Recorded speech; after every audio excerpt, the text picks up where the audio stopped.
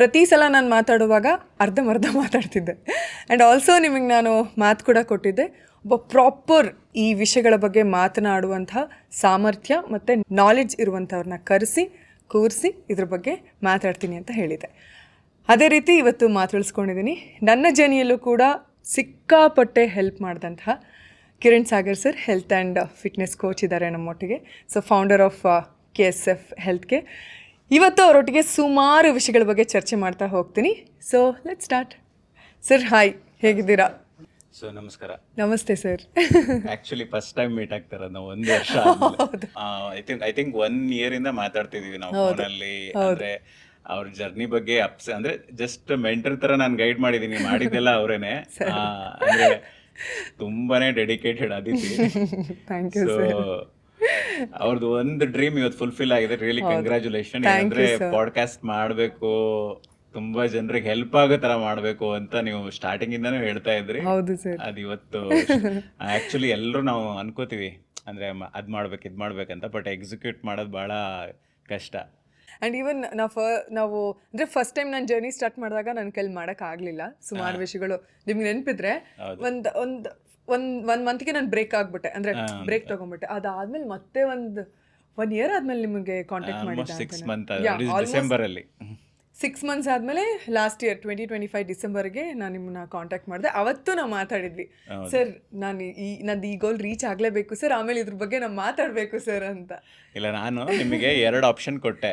ಒಂದು easier option, ಅಂದರೆ ನಿಮಗೆ ಏನೇನು ಇಷ್ಟ ಅಂತ ಬ್ರೇಕ್ಫಾಸ್ಟ್ ಲಂಚ್ ಡಿನ್ನರಲ್ಲಿ ಒಂದು 5 ನಿಮ್ಮ ಫೇವ್ರೇಟ್ ಫುಡ್ಗಳನ್ನ ಹೇಳಿ, ಅದರಲ್ಲೇ ನಾನು ನಿಮಗೆ ಕಾರ್ಬ್, ಪ್ರೋಟೀನು, ಫ್ಯಾಟ್ ಎಲ್ಲ ಇದು ಅಡ್ಜಸ್ಟ್ ಮಾಡಿ ಕೊಡ್ತೀನಿ.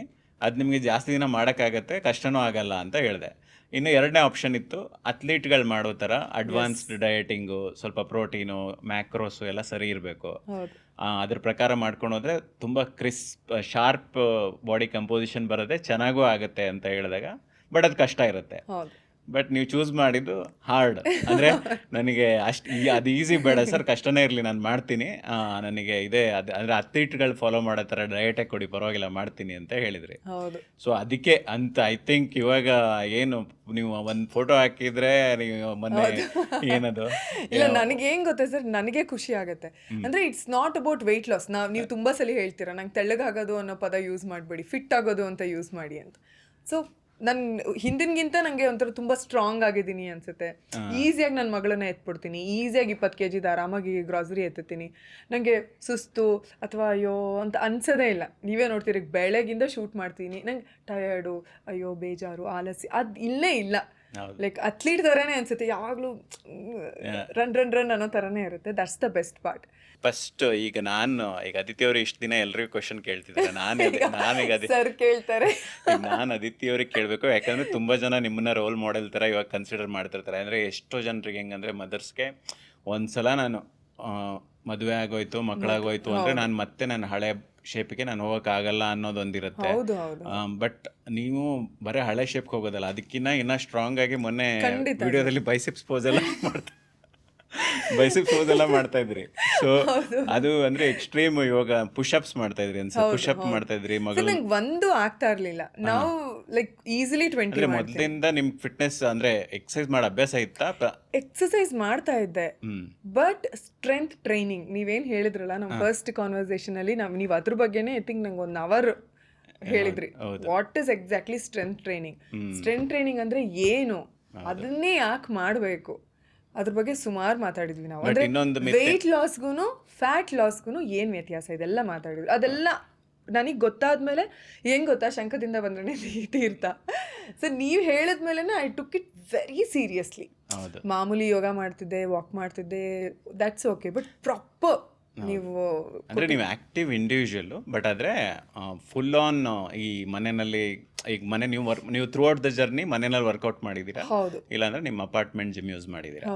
ಸೊ ಜಾಸ್ತಿ ಏನೇನು ಎಕ್ವಿಪ್ಮೆಂಟ್ ಯೂಸ್ ಮಾಡಿ. ಬಟ್ ನಮ್ಮ ಸೆಕೆಂಡ್ ಜರ್ನಿಗೆ ಏನು ಶುರು ಆಯಿತು, ಇದು 1 ದಿನನೂ ಜಿಮ್ಗೆ ಹೋಗಿಲ್ಲ ಕಿರಣ್ ಸರ್. ಹೌದು, 1 ದಿನನೂ ಜಿಮ್ಗೆ ಹೋಗಿಲ್ಲ ನಾನು. ಇನ್ಫ್ಯಾಕ್ಟ್ ಮನೇಲೇನೆ ನೀವು ಕಳ್ಸಿಕೊಟ್ಟಿದ್ದು 1-2-3 ವಿಡಿಯೋ, ರೆಫರೆನ್ಸ್ ವಿಡಿಯೋ ಕಳಿಸ್ಕೊಟ್ಟಿದ್ರಿ. ಆ್ಯಂಡ್ ಇದಿದ್ದು ವರ್ಕೌಟ್ ಆಗುತ್ತೆ ಅಂತ ನೀವು ಕಳಿಸ್ಕೊಟ್ಟಿದ್ರಿ.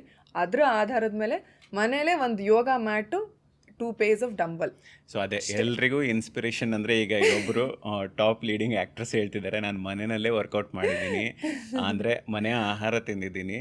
ಅಫ್ಕೋರ್ಸ್ ನಿಮ್ಮ ತಂದೆ ಡಾಕ್ಟ್ರ್ ಅಲ್ವಾ, ಸೊ ನಿಮಗೆ ಗೊತ್ತು ಏನು ವಿಟಮಿನ್ಸು ಮಿನರಲ್ಸು ಏನೇನು ಅವಶ್ಯಕತೆ ಇದೆ, ನಿಮಗೆಲ್ಲ ಒಂದಿಷ್ಟು ಬೇಸಿಕ್ಸ್ ಗೊತ್ತಿತ್ತು. ಈಗೇನು ಅಂದರೆ ನೀವೇ ಎಷ್ಟೋ ಸಲ ಜನರಿಗೆ ಎಜುಕೇಟು ಮಾಡಿದ್ದೀರಾ ನಿಮ್ಮ ಚಾನಲ್ಗಳಲ್ಲಿ, ಹೌದಾ? ಸೊ ಅದಕ್ಕೆ ಹೆಚ್ಚು ಮಹಿಳೆಯರು ನಿಮ್ಮನ್ನು ಫಾಲೋ ಮಾಡೋದು, ನಿಮ್ಮನ್ನೊಂದು ಇನ್ಸ್ಪಿರೇಷನ್ ಆಗಿ ಅವ್ರು ತೊಗೊಂಡಿರೋದು ಬಿಕಾಸ್ ನೀವು ಮೊದಲಿಂದನೂ ವ್ಯಾಲ್ಯೂ ಕೊಡ್ತಾ ಬಂದಿದ್ದೀರಾ. ಅಂದರೆ ನಿಮ್ಮ ಇದರಲ್ಲಿ ಫುಡ್ ರೆಸಿಪೀಸ್ ಆಗಲಿ ಅಥವಾ ಈಗ ಆ್ಯಂಟಿ ಇನ್ಫ್ಲಮೇಟರಿ ಡ್ರಿಂಕು, ಈ ರೀತಿ ಪ್ರತಿಯೊಂದು ವಿಷಯನೂ ತುಂಬ ವಿಷಯ ಶೇರ್ ಮಾಡಿದ್ದೀರಾ ಫ್ರೀಯಾಗಿ ಅಲ್ವಾ? ಸೊ ಈಗ ಆದಿತ್ಯ ಅವರು ಅಷ್ಟೊಂದು ಇನ್ಫಾರ್ಮೇಷನ್ ಶೇರ್ ಮಾಡಿದ್ದಾರೆ, ಅದು ಫ್ರೀಯಾಗಿ ಅವೈಲೇಬಲ್ ಇದೆ ಅವ್ರ ಚಾನಲಲ್ಲಿ. ಎಲ್ಲ ವಿಡಿಯೋ ಹೋಗಿ ನೋಡಿದ್ರೆ ಸಿಗುತ್ತೆ. ನನ್ನ ಚಾನಲಲ್ಲೂ ಬೇಜಾನ್ ಇನ್ಫಾರ್ಮೇಷನ್, ಸುಮಾರು ವಿಷಯಗಳು, ಅಷ್ಟೊಂದು ಇನ್ಫಾರ್ಮೇಷನ್, ತುಂಬಾ ಇನ್ಫಾರ್ಮೇಷನ್ ಇದೆ. ಬಟ್ ಅದನ್ನು ನೋಡಿದೆ ಸರ್, ಅದು ವಿಡಿಯೋ ಹೆಸರು ನೆನಪಿಲ್ಲ ನನಗೆ. ಒಂದರಲ್ಲಿ ನಾವು ಜಿಮ್ಗೆ ಹೋದ್ರೂ ಒಂದೊಂದ್ಸಲಿ ನಮ್ಗೆ ರಿಸಲ್ಟ್ ಬರಲ್ಲ, ಬಿಕಾಸ್ ಅದು ನನಗೂ ಆಗಿದೆ. ನಾನು ಬಿಗಿನಿಂಗ್ ಡೇಸಲ್ಲಿ ಜಿಮ್ಗೆ ಹೋಗ್ತಾ ಇದ್ದೆ, ಈವನ್ 21 days ಚಾಲೆಂಜ್ ಅಂತೆಲ್ಲ ತೊಗೊಂಡು ಜಿಮ್ಗೆಲ್ಲ ಹೋದೆ. ಏನು ಮಾಡ್ತಿದ್ದೆ, ಜಿಮ್ಮಲ್ಲಿ ಚೆನ್ನಾಗಿ ಎಕ್ಸಸೈಸ್ ಮಾಡ್ತಿದ್ದೆ, ವರ್ಕೌಟ್ ಎಲ್ಲ ಮಾಡಿಬಿಟ್ಟು ತುಂಬ ಚೆನ್ನಾಗಿ ಹೊಟ್ಟೆ ಹಸಿಯೋದು, ಆಯಿತಾ, ಬರ್ತಿದ್ದೆ, ಚೆನ್ನಾಗಿ ತಿಂತಿದ್ದೆ. ಲೈಕ್ ಹೆಂಗಂದರೆ ಅಷ್ಟೊಂದೆಲ್ಲ ವರ್ಕೌಟ್ ಮಾಡಿದ್ದೀನಲ್ಲ, ಆರಾಮಾಗಿ ಏನು ಬೇಕಾದರೂ ತಿನ್ಬೋದು ಅಂತ. ಇನ್ಫ್ಯಾಕ್ಟ್ ಅದು ನನಗೆ ರಿವರ್ಸ್ ಎಫೆಕ್ಟ್ಸ್ ತೋರ್ಸೋಕ್ಕೆ ಶುರು ಆಯಿತು. So then I realise, and ಆವಾಗಲೇ ನಾನು ನಿಮಗೆ ಕಾಂಟ್ಯಾಕ್ಟ್ ಮಾಡಿದ್ದು, ಸರ್ ಇಟ್ಸ್ ನಾಟ್ ವರ್ಕಿಂಗ್, ಯಾಕೆ ಏನು ಅಂತ. ಆವಾಗಲೇ ನನಗೆ ನೀವು ಸುಮಾರು ವಿಷಯಗಳ ಬಗ್ಗೆ, ಕ್ಯಾಲರಿ ಡಿಫಿಸಿಟ್ ಆಗಿರ್ಬೋದು ಅಥವಾ ಸ್ಟ್ರೆಂತ್ ಟ್ರೈನಿಂಗ್ ಬಗ್ಗೆ ಆಗಿರ್ಬೋದು, then I was like okay, ನನಗೆಲ್ಲ ಮಾಡ್ತಿದ್ದೀನಿ ಬಟ್ ಕರೆಕ್ಟಾಗಿ ಮಾಡ್ತಾ ಇಲ್ಲ. ಜಸ್ಟ್ ಆರ್ಡ್ರ್ ಒಂದು ಅಂದರೆ ಒಂದು ಸರ್ಟನ್ ಗೋಲ್ ಇಟ್ಕೊಂಡು ಓಕೆ ಇಷ್ಟು ಟೈಮಲ್ಲಿ ಇಷ್ಟು ಮಾಡೋಣ ಅಂದರೆ ಹೆಂಗಂದರೆ ನಾನು ರನ್ ಮಾಡ್ತಿದ್ದೀನಿ, ಆದರೆ ನನಗೆ ಬಿಗಿನಿಂಗ್ ಯಾವುದು ಎಂಡ್ ಎಲ್ಲಿ ರೀಚ್ ಆದರೆ ನನಗೆ ಏನು ಈ ಮ್ಯಾರಥಾನಲ್ಲಿ ವಿನ್ ಆಗ್ತೀನಿ ಅಂತ ಗೊತ್ತಿಲ್ಲದೆ ಓಡ್ತಾ ಇದೆ. ಆಫ್ಟರ್ ಟಾಕಿಂಗ್ ಟು ಯು ನಂಗೆ ಗೊತ್ತಾಯಿತು, ಓಕೆ ದಿಸ್ ಈಸ್ ಎಂಡ್, ನಾನು ಆ ಕಡೆ ಡೈರೆಕ್ಷನಲ್ಲಿ ಓಡಬೇಕು ಅಂತ. ಅಂದರೆ ಅವ್ರಿಗೀಗ ಆದಿತ್ಯ ಅವರಿಗೆ ಈಗ ತುಂಬ ಜನರಿಗೆ ಇದು ಕಡಿಮೆ ಇರುತ್ತೆ, ಏನೋ ಶಿಸ್ತು, ಕನ್ಸಿಸ್ಟೆನ್ಸಿ, ಅಂದರೆ ನಿರಂತರವಾದ ಪ್ರಯತ್ನ, ಇದೆಲ್ಲ ಮೊದಲಿಂದನೂ ನಿಮಗಿದೆ. ಈಗ ನೀವು ಏನು ದಾವಣಗೆರೆಯಿಂದ ಬಂದು ಇಲ್ಲೊಬ್ರು ಸಕ್ಸಸ್ಫುಲ್ ಲೀಡಿಂಗ್ ಆ್ಯಕ್ಟ್ರೆಸ್ ಆಗಿದ್ದೀರಾ ಅಂದರೆ ಅದು ಇಂಟರ್ನಲ್ಲಿ ನಿಮಗಿದೆ, ನಾನು ಏನಾದರೂ ಒಂದು ಟಾಸ್ಕ್ ತೊಗೊಂಡ್ರೆ ನಾನು ಮಾಡೇ ಮಾಡ್ತೀನಿ ಅಂತ. ಬಟ್ ನಾನು ನಿಮಗೆ ಮಾರ್ಗದರ್ಶನ ಮಾಡಿದಷ್ಟೇ, ನೀವು ಅದನ್ನ ಎಕ್ಸಿಕ್ಯೂಟ್ ಮಾಡಿ ಸಕ್ಸಸ್ಫುಲ್ ಆಗಿದ್ದೀರಾ. ಬಟ್ ಅದೇ ಹೇಳ್ತಾರೆ, ಅದು ಈಗ ನೀವಾಗಲಿ ನಾನಾಗಲಿ ಯಾವುದೇ ಇನ್ಫಾರ್ಮೇಷನ್ನು ನಾವು ಹೋಲ್ಡ್ ಮಾಡಿ ಇಟ್ಕೊಂಡಿಲ್ಲ. ಅಂದರೆ ಎಲ್ಲದನ್ನು ವಿ ಶೇರ್, ಬಟ್ ಅದನ್ನ ಜನ ಹೆಂಗೆ ತೊಗೊಂಡು ಅದನ್ನ ಎಕ್ಸಿಕ್ಯೂಟ್ ಮಾಡ್ತಾರೆ ಅಥವಾ ಅದನ್ನ ಯೂಸ್ ಮಾಡಿಕೊಡ್ತಾರೆ ಅನ್ನೋದ್ರ ಮೇಲೆ ಅದು ಅವ್ರಿಗೆ ಉಪಯೋಗ ಆಗುತ್ತೋ ಅಥವಾ ಉಪಯೋಗ ಆಗಲ್ಲೋ ಅನ್ನೋದು ಡಿಪೆಂಡ್ ಆಗುತ್ತೆ. ಸೊ ಎಲ್ಲದೂ ಅವೈಲೇಬಲ್ ಇದೆ ಆ್ಯಕ್ಚುಲಿ. ಬಟ್ ನಿಮ್ಮ ಜರ್ನಿ ನನಗೂ ಆ್ಯಕ್ಚುಲಿ ಎಲ್ರಿಗೂ ಹೇಳಬೇಕು ಅಂತಿದ್ದೇನೆಂದರೆ, ಫಸ್ಟು ಈಗ ಒಂದು ಸಲ ಇವರು ಮೊದಲೇ ಹೆಂಗಿದ್ರು ಈಗ ಅದಕ್ಕಿಂತ ಸೂಪರ್ ಫಿಟ್ ಆಗಿಬಿಟ್ಟಿದ್ದಾರೆ. ಈಗ ಕನ್ನಡ ಎಲ್ಲ ಶಿಲ್ಪಾ ಶೆಟ್ಟಿ ಅವ್ರ ಉದಾಹರಣೆ ತಗೋತಾರೆ ಕನ್ನಡದಲ್ಲಿ. ಕಮೆಂಟ್ ಕೂಡ ಮಾಡಿಬಿಡಿದ್ರೆ ಎಷ್ಟು ಖುಷಿ ಆಗಿತ್ತು ಗೊತ್ತಾ. So Aditya, that's the best part. ಅಂದರೆ ನಾವು ಏನೇ ಮೇಕಪ್ ಹಾಕಿದ್ರು, ನಾವು ಎಷ್ಟೇ ಡ್ರೆಸ್ ಚೆನ್ನಾಗಿ ಹಾಕಿ ಏನೇ ಮಾಡ್ಬೋದು, but when we are fit that hits different. ಅಂದರೆ ಅದು ನಮಗೆ ಕೊಡೋ ಕಾನ್ಫಿಡೆನ್ಸೇ ಬೇರೆ. ಕೊಟ್ಟರು ತೊಗೊಳಕ್ಕಾಗಲ್ಲ, ಚಾನ್ಸೇ ಇಲ್ಲ ಸರ್, ಚಾನ್ಸೇ ಇಲ್ಲ.